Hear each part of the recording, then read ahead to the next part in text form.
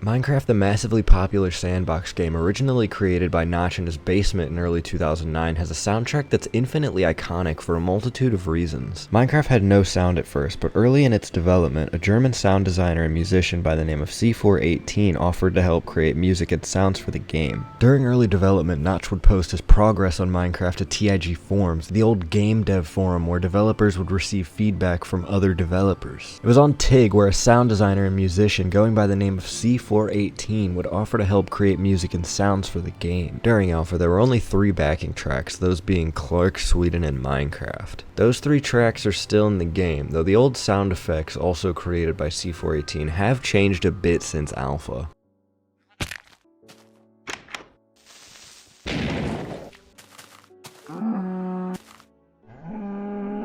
Though interestingly, and we'll definitely talk about this later, C418 is no longer the only composer for Minecraft. Okay, scratch that. C418 is no longer a composer for Minecraft. This does not mean that the already existing C418 tracks are going to be removed from the game, just that there will most likely be no new ones. Also, they now have this fucking transgender named Lana Rain making Minecraft tracks now. If you're wondering about my transgender claim there, it's cited not only on Wikipedia, but also on an academic journal, so you can trust me. And of course, because they're not made by C4, they sound nothing like what we typically think of as Minecraft music. And yeah, I'm sure Pigstep sounds epic on K, but that's not what I'm here for. I'm here for fucking Minecraft music. So this is like interesting, right? Something so background, so rudimentary, and so simple has actually become the subject of a fair share of controversies. Not just one, there have been like multiple controversies surrounding Minecraft music. Most of these controversies seem to stem from bureaucratic mismanagement on behalf of the Microsoft and Mojang corporations,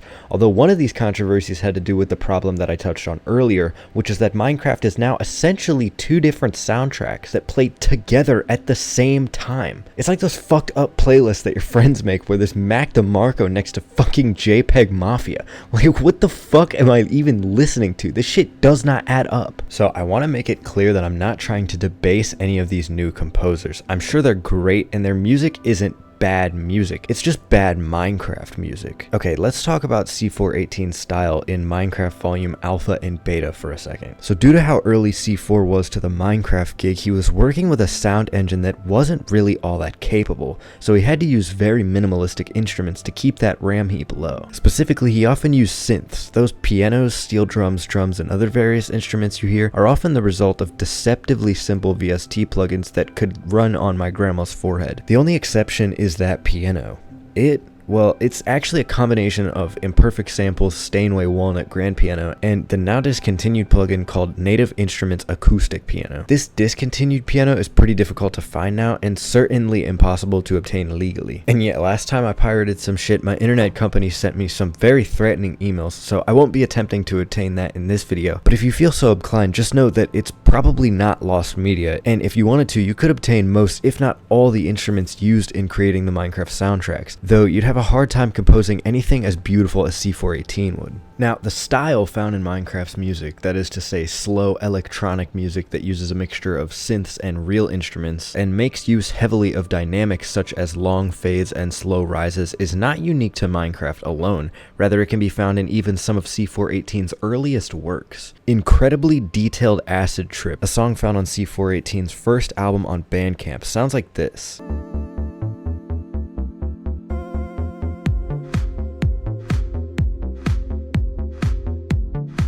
Honestly, if you press play on this and ask me who most likely produced it, I'd say either C418 or someone trying to mimic his style. It's just so C418. I honestly, I almost can't even describe how C418 this shit is. Anyway, it's easy to talk about C418 as the infamous composer while completely skipping over who Daniel Rosenfield is as a person. Dan did an interview with Anthony Twink Tano in which he gave a lot of insight into his headspace during the making of Minecraft Volume Alpha. In this interview, he also talked about some other non-Minecraft related music, stating that he was trying to be as minimal as possible to get the idea across, and that he started as a house music producer, making tracks in a similar vein to Aphex Twin.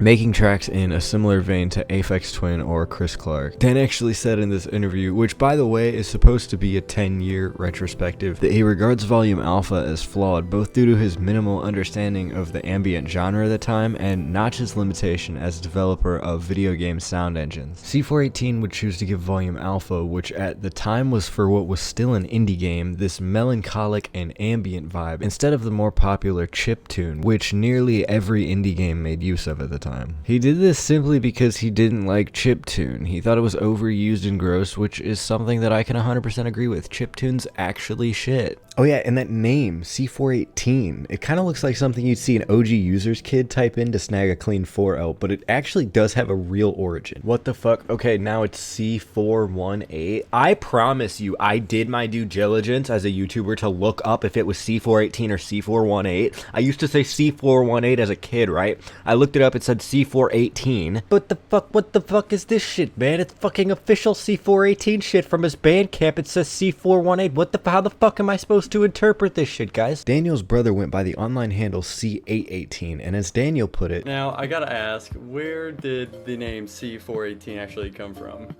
Nowhere.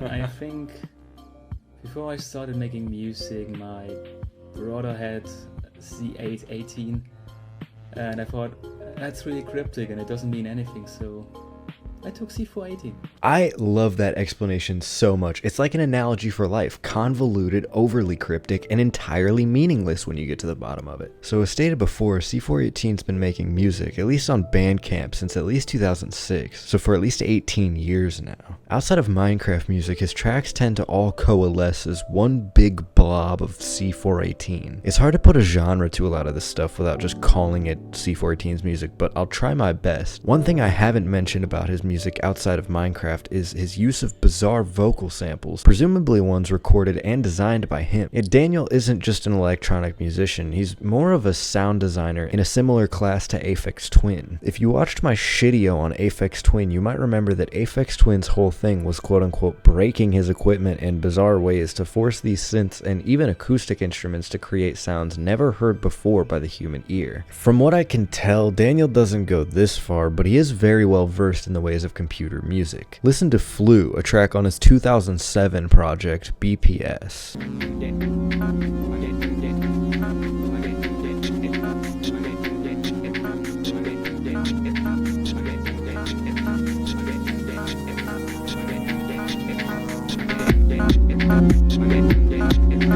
This track's epic, but notably those glitchy vocal samples give the track an almost surreal sound that keeps your ears and brain interested. Compare this with a newer track, Septic Shock, on his album 148.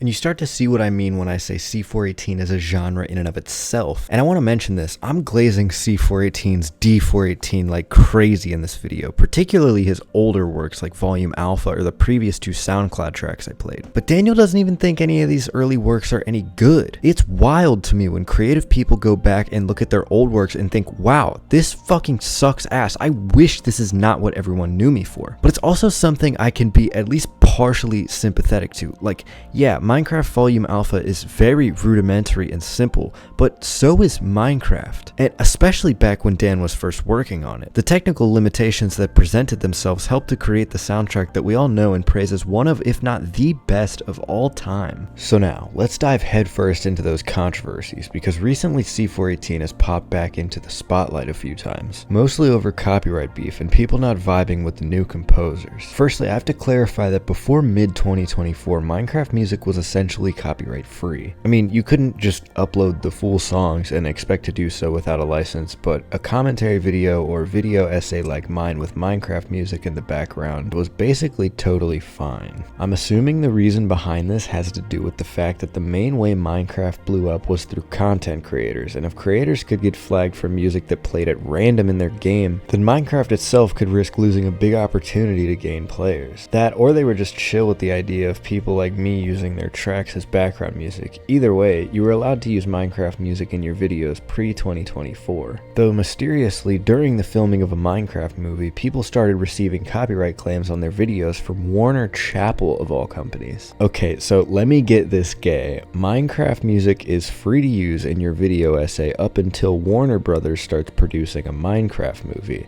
And seemingly out of nowhere, big name creators are being copy struck by Warner Chappell? What the fuck is going on? on? Who signed what deal? That was the reaction of the entire community, particularly on YouTube and Reddit, but it turns out that this was less of a conspiracy than everyone thought. Copyrights for massive corporations like Warner Brothers are often held in one big giant BlackRockian server, and it's presumed that the Minecraft soundtrack somehow wormed its way into these servers of Warner Chappell's, which started telling YouTube's servers that Warner Brothers own these songs, and Warner Brothers has very different policies as it relates to copyright on YouTube than C418 does. As in, they're aggressive. They'll fucking sue you for using 0.2 seconds of a Harry Potter clip. This shit ain't no joke. This whole incident led C418 himself to issue a statement telling people to stop sending him emails and directing them to a Google form if they had any further issues, and from what I know, C418's copyright policy is still pretty lenient, though it has tightened a bit since the Warner Brothers drama, though from what I can tell, it's still not nearly as tight as it would have been had Warner Brothers actually acquired the rights from him. Speaking of buying rights, Microsoft acquired Mojang November 6 of 2014 and subsequently bullied C418 to give them his music. Fortunately, our hero Daniel never caved and instead spoke out against this kind of corporate bullying, and he still, as of August 27, 2025, owns his music. People are just trying to fucking buy Daniel's music. This shit is insane to me. Like, just let them. He clearly is not gonna sell it to you, dude. You give him $1 billion, he's not gonna sell it to you, dude. Just stop. A random comment in a Reddit thread that I am for some reason gonna cite summed it up like this. He said just days ago on Discord that he tried a lot of times to get his music on Minecraft, but he can't come to an agreement with the big guys, mostly because he wants to retain the music rights and not Microsoft, unlike any other composers.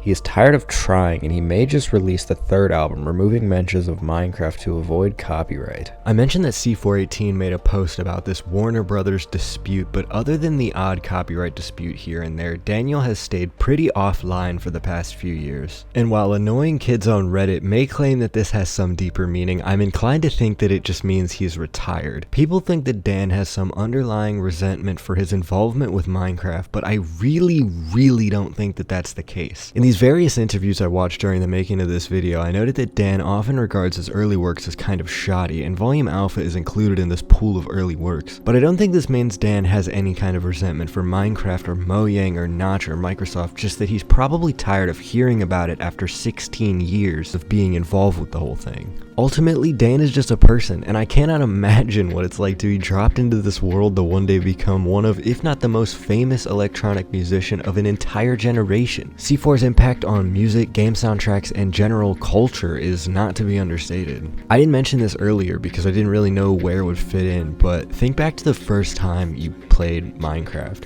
Do you remember what you thought when the music started playing? If I were to guess, it'd be a mix of awe, maybe slight confusion, maybe a little bit of interest as to why this block game has this lullaby style piano music. See, if you haven't already made the association in your brain, then Minecraft music might just sound slightly out of place. But honestly, it's that slightly out of place vibe that really locks these tracks in as Minecraft music. At this point in 2025, no other music would make sense for this game. Meanwhile, Mojang and Microsoft are busy stapling random composers onto the soundtrack like a Frankenstein monster, and somehow we're expected to pretend Pickstep and Sweden belong on the same playlist. It's fucking chaos, and yet despite all this, Minecraft music has become bigger than Minecraft itself. You literally cannot open TikTok without hearing Sweden. Entire generations are going to remember their childhoods not by the games they played, but by that one melancholic piano loop that a German dude made in his basement on pirated VSTs. Minecraft music, and sequentially its creator C418, is undoubtedly some of the most well-recognized of all time. C418's unique, classy, yet rudimentary style is now incorporated into the minds of all those who played Minecraft as children. C418 is known to fight against the big guys like Microsoft and Warner Brothers on behalf of much smaller and quite frankly less relevant creators simply for the love of the game. He clearly appreciates creativity, which is awesome seeing that as he is massively creative himself. C418, accidental sound designer for Basement Project Minecraft, will indeed go down in history as one of gaming's most infamous composers, and there's no doubt in my mind that future generations are going to pull from the style and absurdity C418 is known for. Thanks for watching. I've been Win, and this has been the untold story of Minecraft's music.